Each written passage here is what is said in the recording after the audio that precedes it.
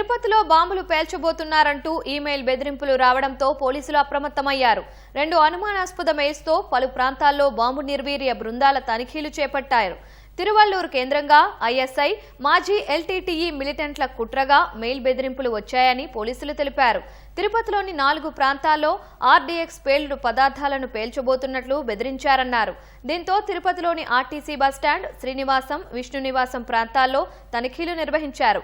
కపిల తీర్థం ఆలయం, గోవిందరాజస్వామి ఆలయం ప్రాంతాల్లో తనిఖీలు చేపట్టారు. న్యాయమూర్తుల నివాస సముదాయం, కోర్టు ప్రాంగణం ప్రాంతాల్లో సోదాలు జరిగాయి.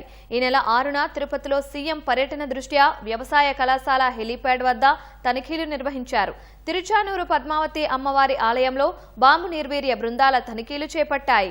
తిరుమల, శ్రీకాళహస్తి దేవస్థానాల్లోనూ బాంబు నిర్వీర్య బృందాలు తనిఖీలు నిర్వహించాయి. తిరుమల వైకుంఠం క్యూ కాంప్లెక్స్ 1, 2లోనూ తనిఖీలు చేపట్టారు. అలిపిరి తనిఖీ కేంద్రం వద్ద క్షుణ్ణంగా పరిశీలన అనంతరం తిరుమలకు భక్తులను అనుమతిస్తున్నారు.